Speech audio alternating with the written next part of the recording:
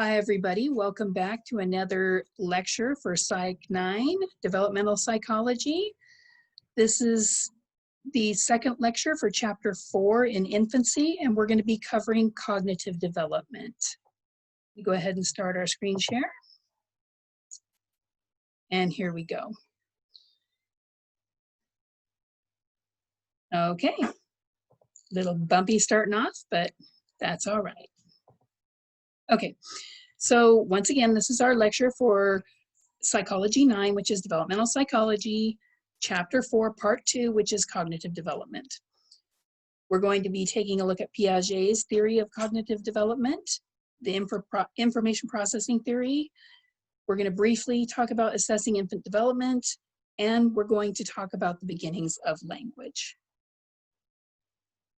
So we're going to start right off with Piaget's theory of cognitive development. Jean Piaget was a Swiss psychologist, and he had some very insightful ideas. It was thought of before his research that children were just like miniature adults and that they would think in the same manner that an adult does. His ideas were groundbreaking. It was a very new concept to consider that children actually think differently than adults. They don't have the same cognitive processes that we do. And Piaget also found that cognition changes with age. So as we grow and develop, the way we think will change as well. These changes take place in innate, biologically driven stages. This is a cognitive developmental approach. When I talk about a stage theory, that means that instead of a continuous flow of development, for example, where somebody is gaining weight steadily and it's just a steady climb of weight gain as somebody ages and becomes a larger child. The stage theories believe that these biological changes trigger a particular stage of development to occur. So as maturation occurs, as the person grows and biologically develops, it allows for that individual to enter the next stage of the theory. The genotype is what predisposes you to have certain changes at certain times, according to this theoretical model.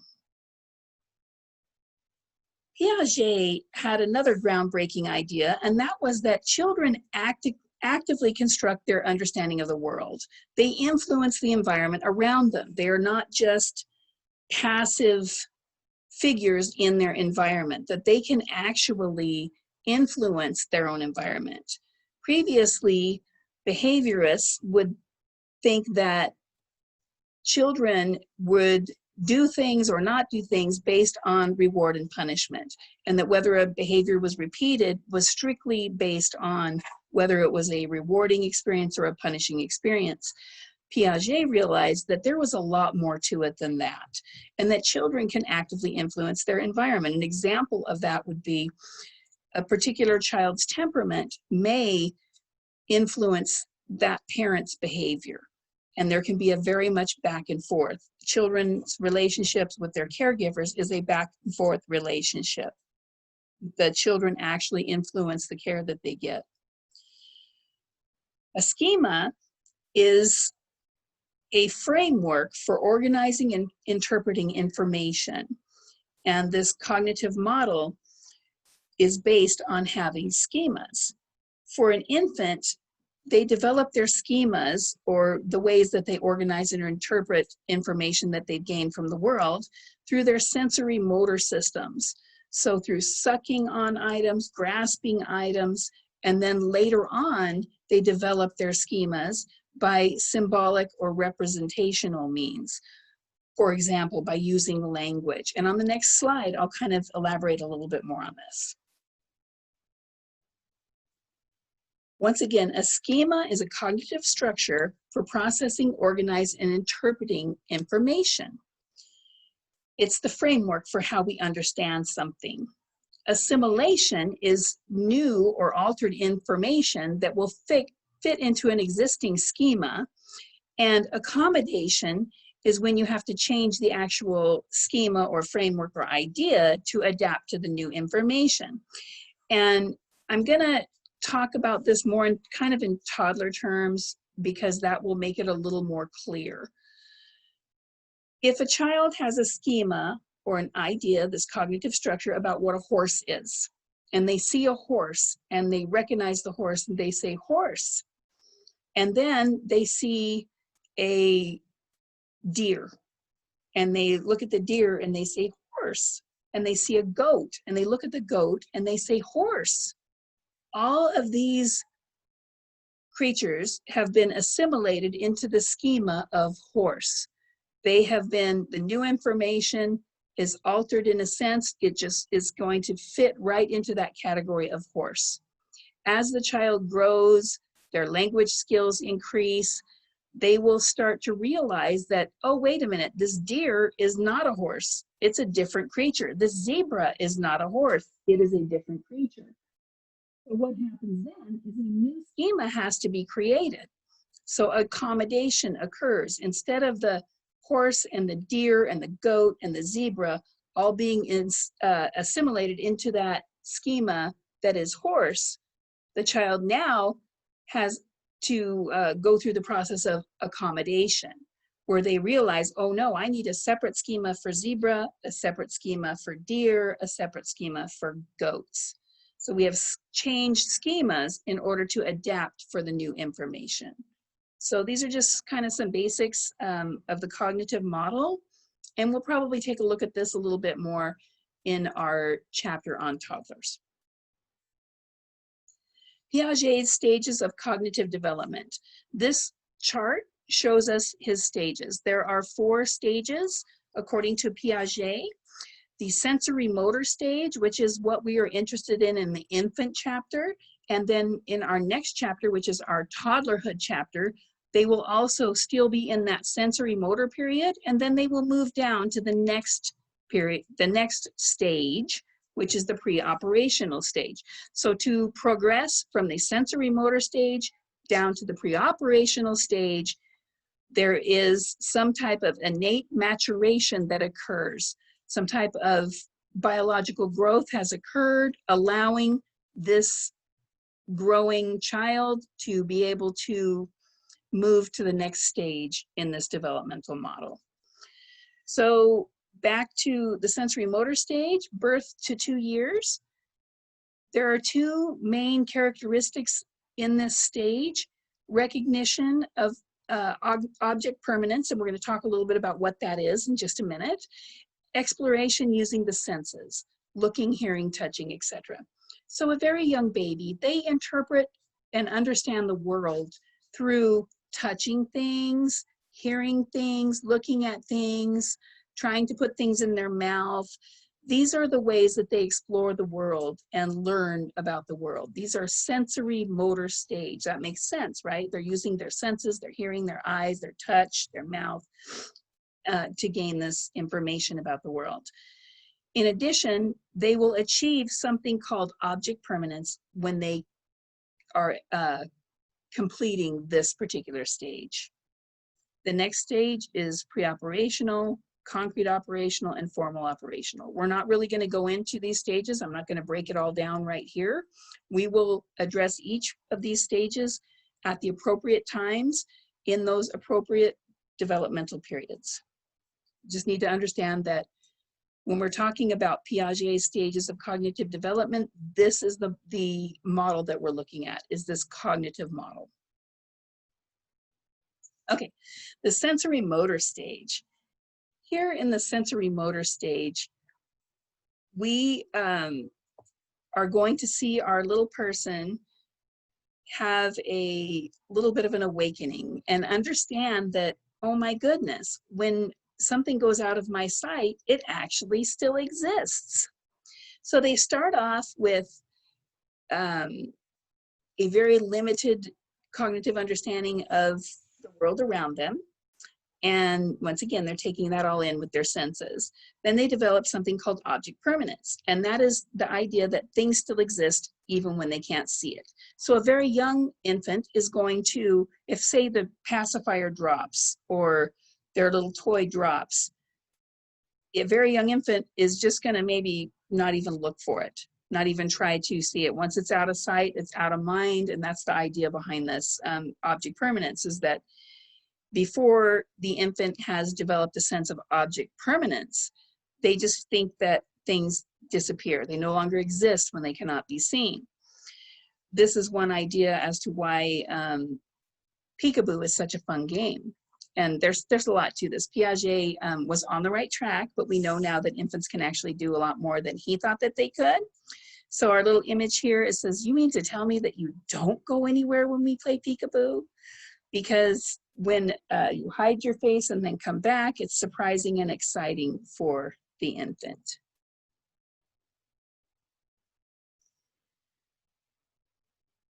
Object permanence develops over time. 0 to 3 months, there is no object permanence.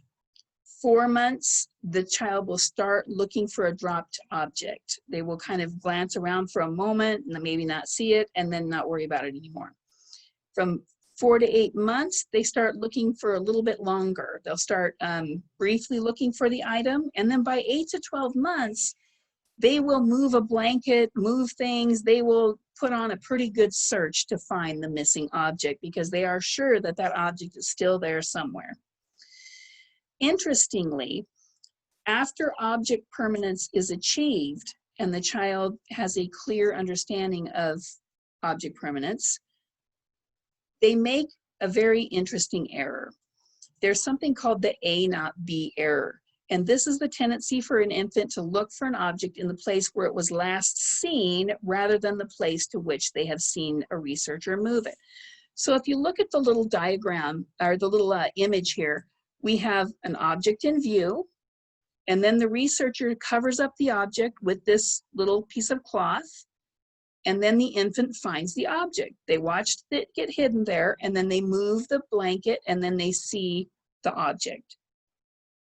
In the next trial, the researcher puts the object on the other side, covers it with the cloth, and then the child searches in the place it was previously. Even though they just saw the researcher place the object on the other side over here, they don't search under this side, they search in this side.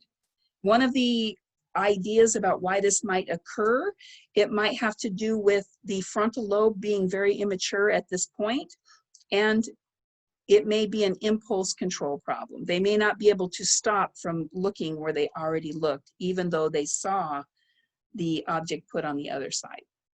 So that's just an interesting cognitive thing that occurs, is this A not B error, and this occurs after object permanence has occurred.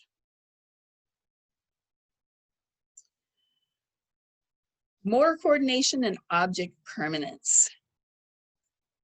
There are now better testing methods that are used to see if a baby is interested in something.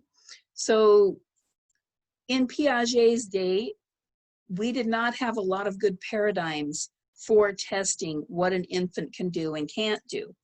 Obviously, we cannot ask an infant, hey, what do you think about that? And have them just answer back in words of what they think about it. So what we do is we use different methods. There's a method where the infant will suck on a pacifier, and intensity of the sucking and the frequency of the sucking can indicate that the infant is attending more to something or liking something more. Another very well-tested method that we use to see what an infant knows and doesn't know and what they're interested in and not interested in is called habituation. Habituation is when I'm just going to kind of break it down easily. Habituation occurs when you show an infant something frequently, and then after they see it several times, they become habituated. They do not want to look at it anymore. They kind of get bored with it in a sense. It's not new and exciting anymore. They have been habituated to it.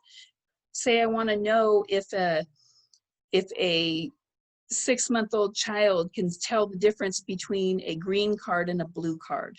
I want to know if they can see the difference between these. I would show them the green card, show them the green card, show them the green card. Pretty soon they would get tired of looking at that green card and they'll just look away from it. They don't even want to look at it anymore. And then if I all of a sudden flash up a yellow card and all of a sudden they look back at it and they dishabituate, they look back at that, then I can know that, wow, they can tell the difference because all of a sudden they're interested again. So they must be able to tell the difference between the two images because all of a sudden they were interested again. If the child couldn't tell the difference, they would just think it was still a green card and just continue to look away. So that's kind of a brief rundown of what habituation is and how we use it. Babies look longer at things they are interested in. At least that's what we believe at this time, is that babies look at things that they are interested in. 2 to 3 month old babies. Now this is where it's different. This type of methodology has helped us to understand that babies have a much richer cognitive life in infancy than we previously believed they had. At 2 to 3 months old, infants will look at what's called an impossible situation longer than something that's not. And there's some paradigms that show some images where a bar would pass behind another object, and when it doesn't pass by correctly or it does something that would be considered to be impossible, the infant will stare at it longer. And this occurs at a much earlier point in time than Piaget believed it did occur. Peekaboo. Once again, object permanence seems to be the initial thought about why peekaboo works is because, oh my gosh, you're gone. Oh, you're back. Oh, you're gone. Oh, you're back. But actually, we know now that the baby and the infant will start laughing even before the face comes back. So they are anticipating that that face is going to return and laugh before it comes back. So this happens much earlier than Piaget thought it would. And this anticipatory laughing is indicating that this child is understanding object permanence at an earlier stage, that they know that face is still there and it's going to come back. Interestingly, chimpanzees and crows also show object permanence. And they are very clever critters. I especially love crows. They are super cool orbits. Okay. The next cognitive model we're going to talk about a little bit is information processing. Now, Piaget's theory is a theory that utilizes discontinuous stages. Once again, it's not going up at a nice even slope. You're at this level, then something happens and you go to the next level, and then something happens and you go up to the next level. That is discontinuous stages. The information processing approach is a continuous model. That means that it is a gradual and steady idea about development. We use these information processing models a lot when we try to think about memory and attention, and something called executive function. Executive function is a frontal lobe function that helps us with our planning, processing, understanding time, some of these other important things. And this area of our brain that is in charge of executive function does not mature until somebody is in their early to mid-20s. In addition, that is the area of the brain that seems to be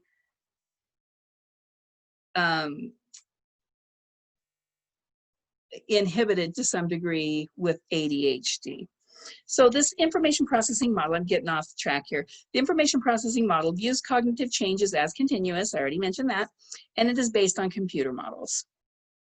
So thinking is divided into capacities. So it is just another way of looking at thinking. Piaget was looking at thinking in his stage models and in terms of schemas, assimilation, accommodation. And here we're looking at thinking divided into capacities for attention, processing, memory. Now these ideas, and then the newer area is the executive function. And these are all things that we can kind of relate to in a sense with a computer model. So what is attention? Attention is when we are directing our cognitive forces to funneling in on some particular thing. So how is attention studied? With habituation. And this is, once again, habituation is a decrease in attention to a repeated stimulus. In other words, if I keep showing you the green card over and over, you will become habituated and not look at it anymore if you're an infant. Dishabituation is the revival of attention with a new stimulus. That's when I show you the yellow card and you're like, whoa, that's cool. And with infants, we have also seen that they have some type of math. This has shown us that they have some type of mathematical knowledge as well. I mean, they can tell the difference between 3 ducks and 4 ducks. You show them 3 ducks, 3 ducks, 3 ducks, then show them 4 ducks, and they're like, whoa, that's amazing. They habituate to the 3 ducks, and then you show them 4, and they're like, wow, there's 4 ducks now. And they notice those differences. All right.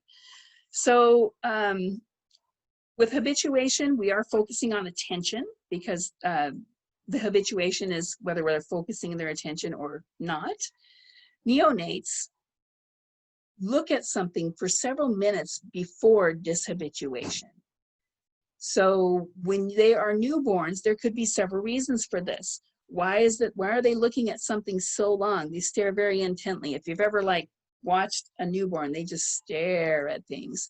Well, part of this is we know that their visual acuity is not very good. They have a very limited range that they can see. So they might be trying to gather information, and unfortunately, it's not a very crisp, clear picture that they're getting.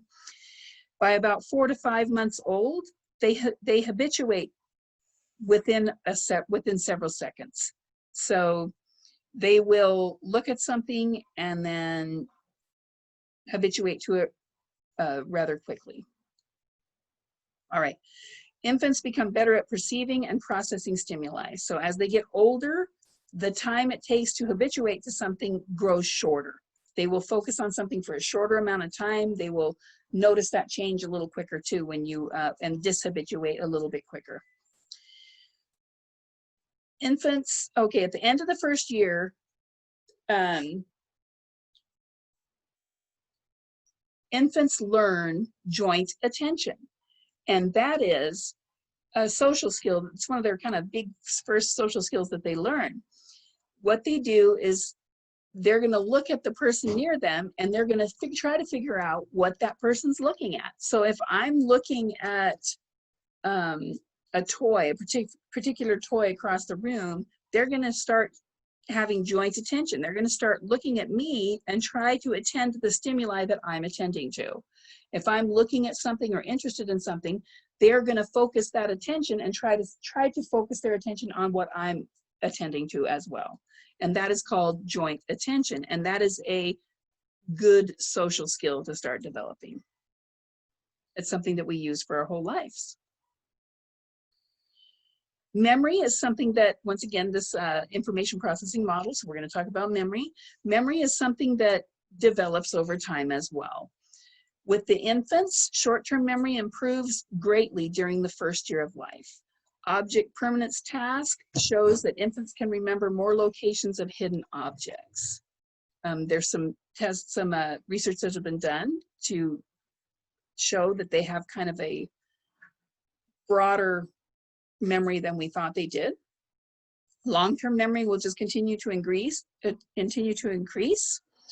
And the difference between recognition memory and recall memory, your book brings this up, so I wanted to bring this up as well. Recognition would be the type of memory where you're just seeing something that you have seen before. You are recognizing it. For example, when you take an exam, your exam 1, 2, and 3, those are going to be tests of recognition. They're going to be multiple choice tests where you have to identify something that you have seen before. You're going to recognize something. Recall memory is when you have to come up with information from scratch that you knew before without necessarily many cues.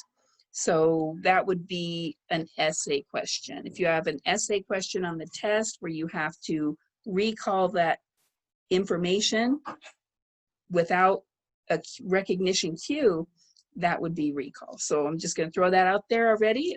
These are types of memory that are going to grow and develop as our child grows and develops.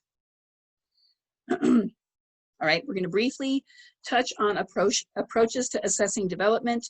There's something called the Bailey scales. They are a contemporary measure of infant development, and it produces a developmental quotient. It is not predictive of IQ, but it can be used to screen for any type of cognitive issue that the child might be having, but it is not a IQ test, or it's not indicated of IQ. However, brief note on IQ is infants who have a shorter looking time with habituation, who habituate more quickly to things, that correlates to higher IQ scores. So there is some type of relationship there between shorter looking times, shorter time period to habituate, and higher IQ scores.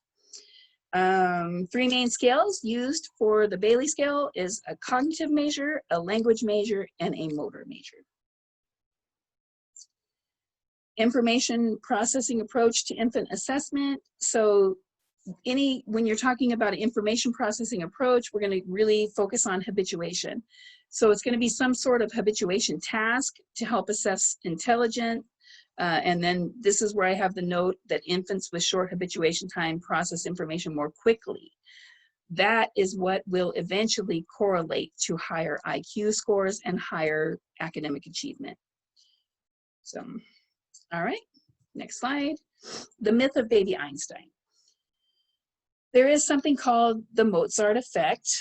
It was a big push, mostly I think in the 90s, maybe in the 2000s as well, led to the creation of educational videos and DVDs. Most studies have not supported their effectiveness. So in other words, the idea was that if you play a lot of Mozart for your kid, if you put them down in front of informational videos, DVDs, educational stuff, that they were gonna just grow cognitively much beyond their peers. There is not really a lot of empirical evidence to support that idea. The most effective way to stimulate cognitive growth is through interaction with the child, talking, reading, responding, playing, and having patience with the child. That is the best way to encourage that cognitive development. All right, we're going to move on to language. Our first words and sounds. This chart gives an idea. This table over here breaks down our stages here. We have our newborn, which pretty much all they do is cry. They kind of cry and whimper. They don't make a whole lot more language. That's how they communicate to start off. 1 to 3 months, they start cooing, going ooh, ah, making little cute baby noises, laughing. At that point, you can identify those distinct types of cries to indicate hunger, anger, discomfort, and different vocalizations that they will start having in response to speech. 4 to 6 months, they have single syllables that emerge. This is things like ba and ga. Then they have what's called, this is the kind of pre-babbling stage. Next, you will have the canonical babbling, where they will go ba, ba, ba, da, da, da, make sounds of that nature. Then we have what's called variegated babbling, where it's a little more intricate. And then the babbling is produced with sentence-like annotations. And then after 12 months, they do their first words. So to break it down a little easier, this side over here is what I think you really need to know. And this part is that cooing and gurgling sounds at about 2 months. Babbling at about 4 to 6 months. Now, all babies babble the same way starting off. So at about 4 to 6 months, when they start babbling, your Chinese baby, your Japanese baby, your American baby, your Russian baby are all going to be making the same sounds. They're universally going to be babbling in a very similar fashion. However, by 9 months of age, they no longer babble in sounds that they don't hear. They are starting to babble using sounds only that they hear in their own language. The next thing they do is they start gesturing from about 8 to 10 months, and then their first words appear from 10 to 12 months. They can understand a lot more than they can produce. They can say a few words, but can understand 50 or more words at a year old. infant-directed speech. This is a phenomenon that we sometimes refer to as baby talk or motherese.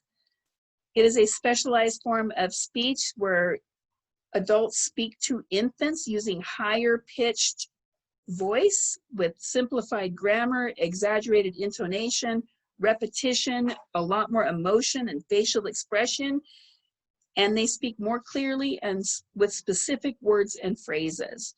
This is called infant-directed speech, and it is very common in Western cultures. We also see it in Japan and in a West African culture called the Fulani.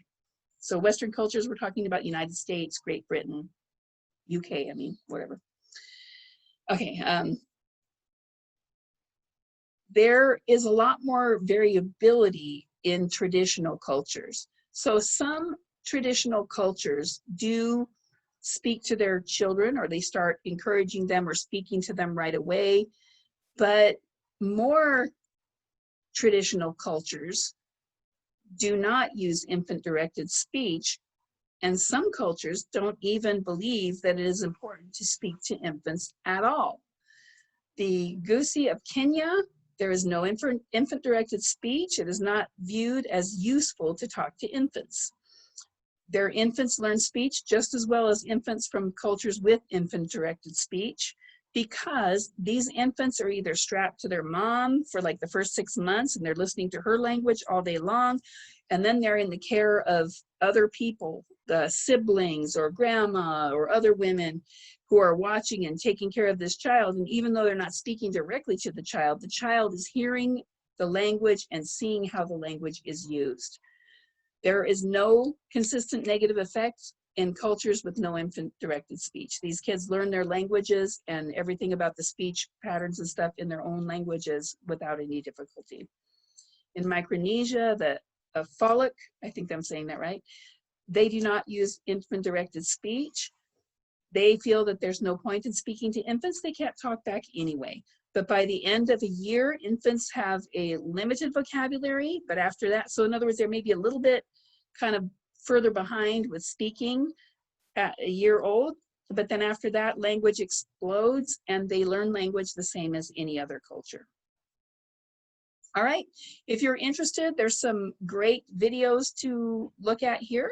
So you can go ahead and click on these and watch them. Also, you can download this PowerPoint in our class. So our class website is going to have this available for you as well.